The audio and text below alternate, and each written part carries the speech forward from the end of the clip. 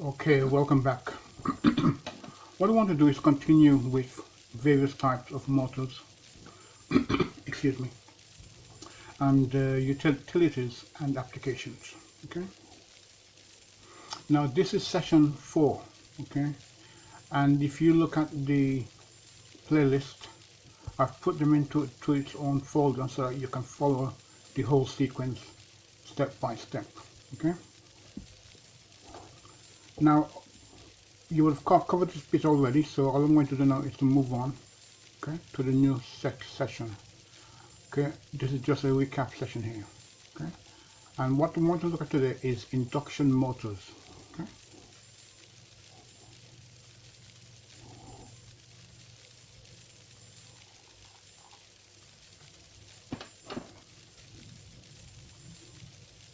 induction motors. Now these motors are probably the simplest and most rugged of all electric motors. They consist of two basic electrical assemblies, the wound stator and the rotor assembly. Now the rotor consists of laminated cylindrical iron core with slots for receiving the conductors.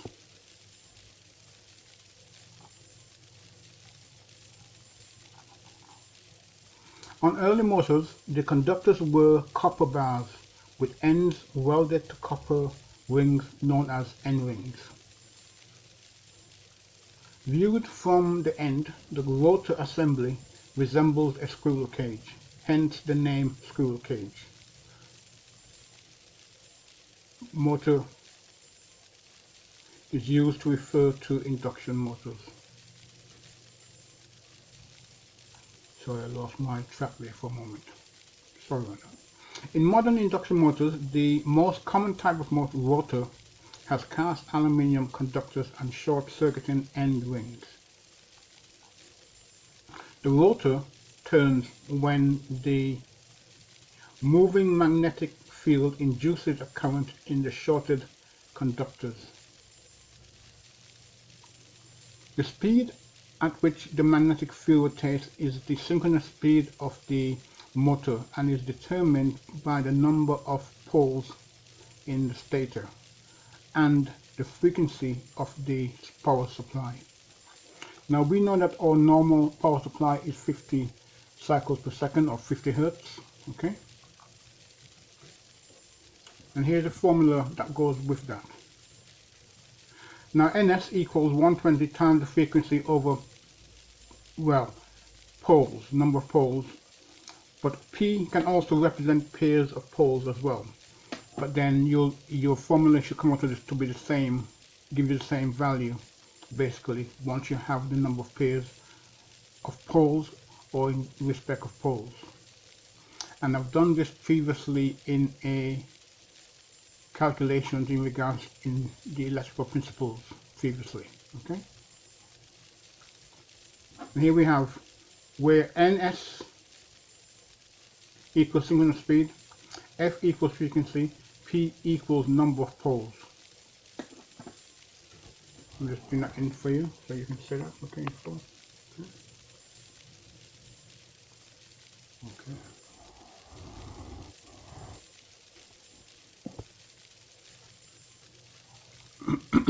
Excuse me.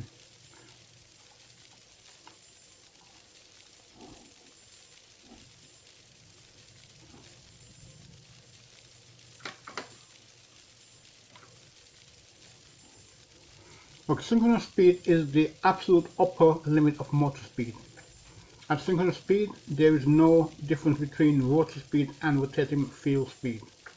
So no voltage is induced in the rotor bars, hence no torque is developed. Therefore, when running, the rotor must rotate slower than the magnetic field. Because what we're saying here is that if it's rotating at the same speed as if the rotor is rotating at the same speed as the magnetic field, there is no movement. It will be stationary. There must be a slip within that rotor and magnetic field. Okay. Therefore, when running, the rotor must rotate slower than the magnetic field. The rotor speed is just slow enough to cause the proper amount of rotor current to flow, so that the resulting torque is sufficient to overcome windage and friction losses and drive the rotor.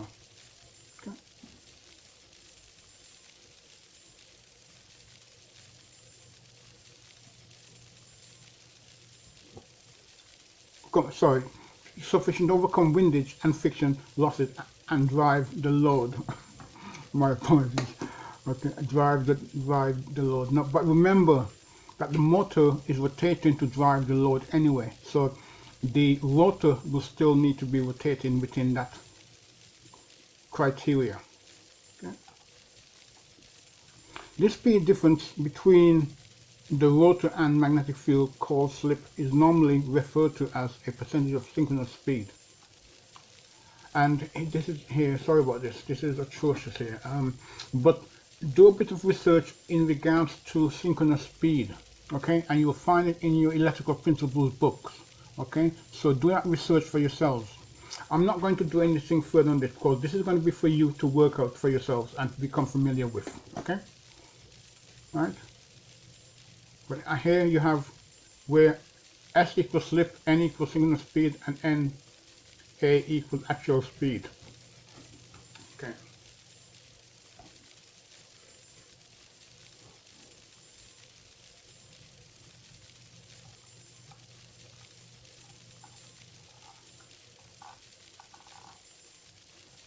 Now here, speed, percentage of rated speed. Okay, here what you're looking at here is basically the design principle for design A, design C, design D. Okay, and it shows you that design A will retain a larger speed for a given time before that speed begins to fall off, and has a better design than design B. But remember that it depends what you want your motor to be doing, whether you want it to be driving a high load and to develop sufficient torque to sustain a constant speed at a given load or frictional. Now remember that when you have a motor rotating, that it creates friction, so you need to minimize that friction to reduce heat on the motor overall, okay? And this is just your typical speed torque characteristics for design A, B, C, and D motors, okay? I'm just going to that so you can set up a bit more for yourself, okay? Again, do some additional research in regards to this.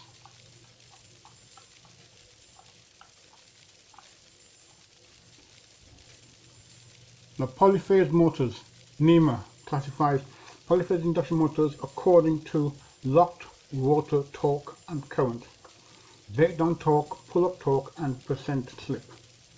Locked rotor torque is the minimum torque that the motor develops at rest for all angular positions of the rotor at rated voltage and frequency. Locked rotor current is the steady state current from the line at rated voltage and frequency with the rotor locked.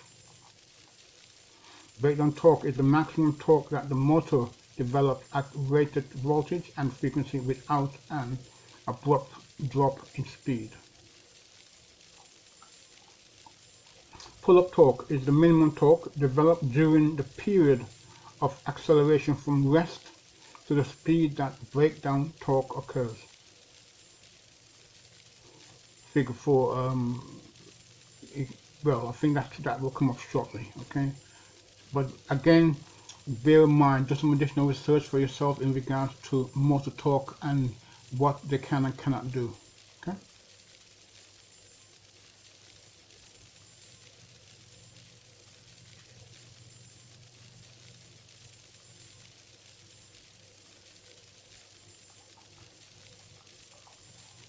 Design A motors have a higher breakdown torque than design B motors, and you can see this from the characteristics graph I just shown you earlier. So go back to that characteristics graph to have a look.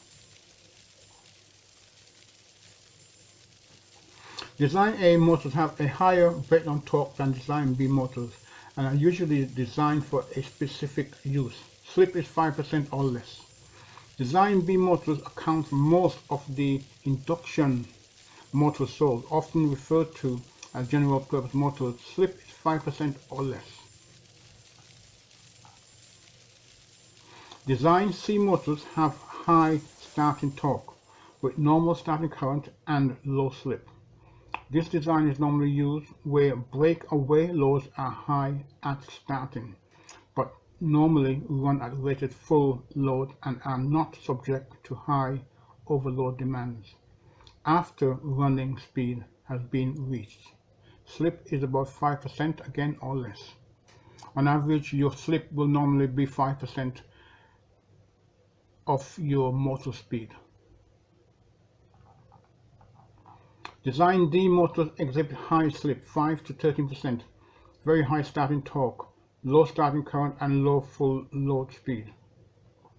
Because of high slip, speed can drop when fluctuating loads are encountered.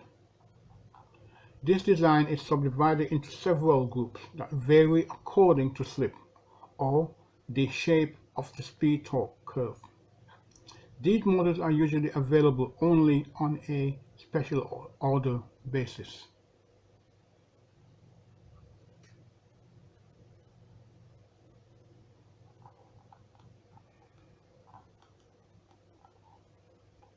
And here we have a motor diagram, and all I've done here is to try to make sure that you can see this in full. Let me just pan back a bit, make sure we can see this in full, okay? All right.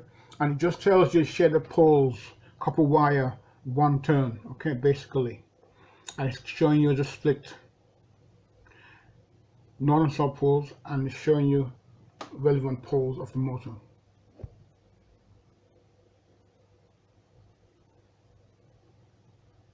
Here we have how many pairs of poles here. We got 1, 2, 3, 4 pairs of poles, therefore eight poles. Feel free to justify that and confirm that for yourselves, okay? I'm not always right.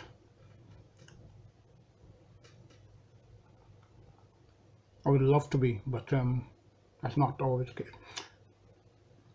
Now, figure 5, rings in shaded pole motor distort alternating magnetic field sufficiently to cause rotation, okay?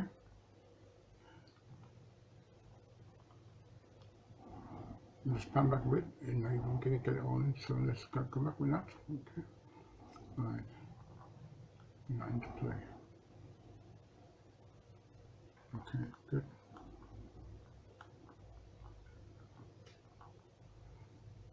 And here we have this is just showing you again, similar thing, 1, 2, 3, 4 poles, okay?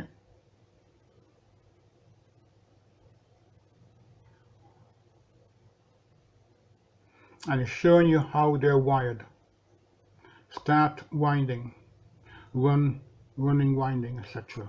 Okay.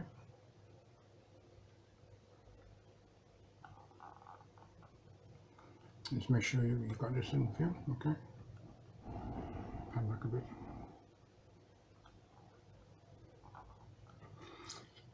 And here, figure 6, split phase windings in a 2-pole motor.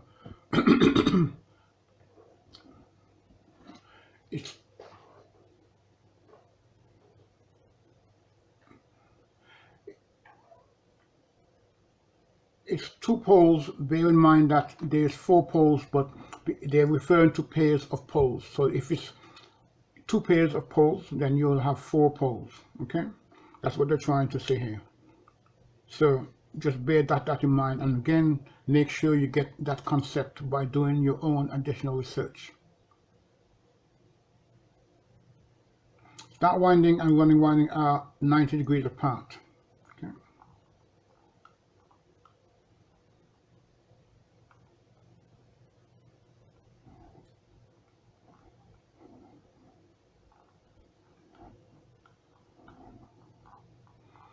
Now you've seen this before, okay, and I've given you this in motors previously, okay, and you should see that in the electrical principles section as well, okay.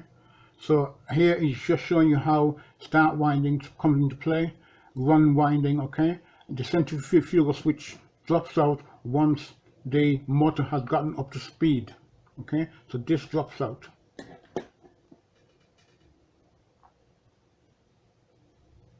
And here you have split phase start induction motor, okay.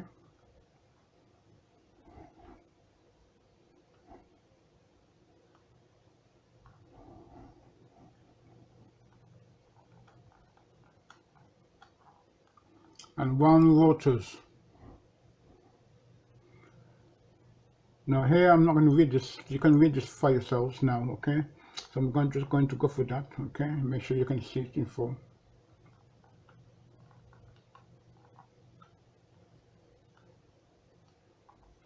And again here, now here we have brushless DC motors.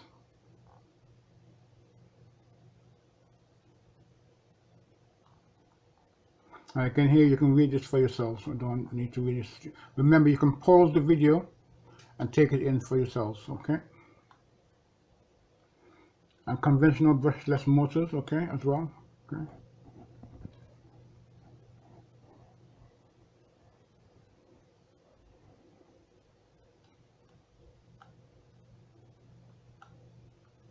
I'm just recapping there, okay.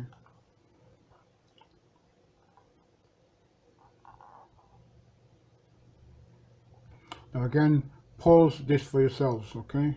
Feel free to do that.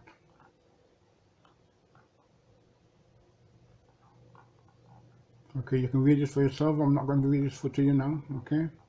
You can, okay. And here we have coreless DC motors. Very interesting, actually, coreless DC motors. If I were you, I would do some additional research on that and actually begin to draw out some of the diagrams that they present that you will find on Google, or even in some very good textbooks.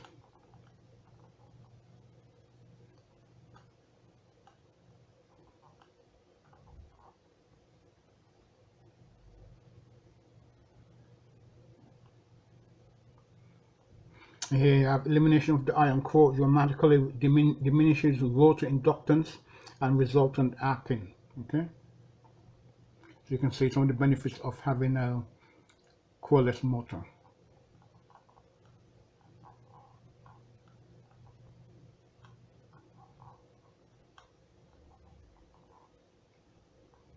Now again here I'm not going to read this to you, you can read this, you can pause it and read it for yourselves accordingly, or is it a lot of text to cover.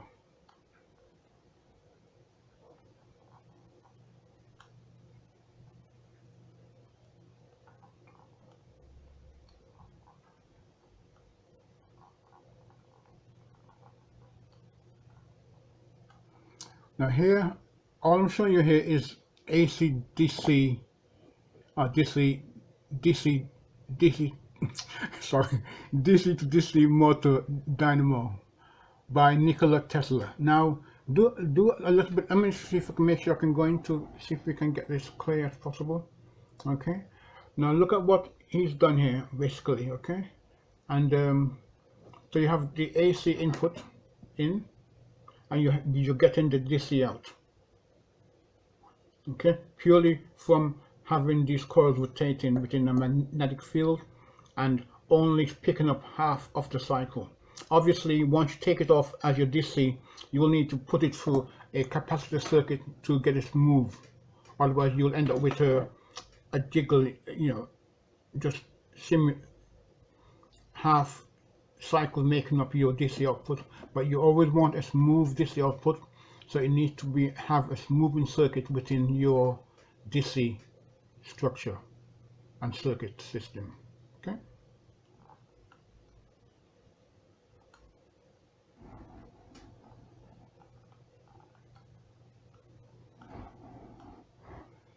Here these are just extra motors that I've shown how they're made up and they use basically. Well, you could probably recognize it from your car alternator system. Okay.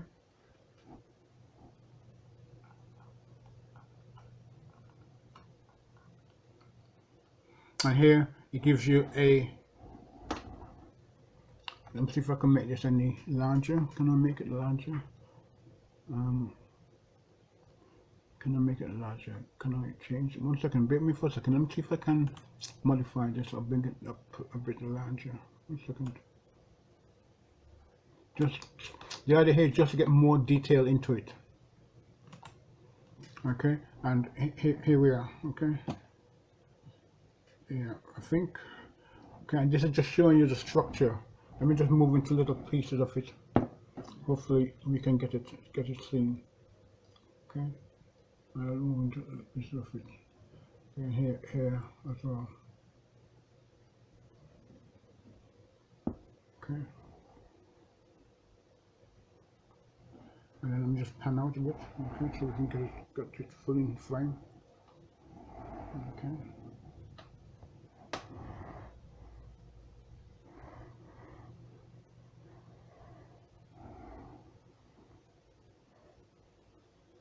Okay. Okay. Right. That's just showing you what that is about. Okay, and that here. Right. So hang on a second, sorry, let me just get up. Sorry, 1 second. Give me a second. Okay. Get off. Okay. This here is just this, okay? Basically now. Okay, so that's all I'm trying to say now, basically. Okay. And I think that's about it, I think. Okay. And here this just shows you how they can be wired, okay?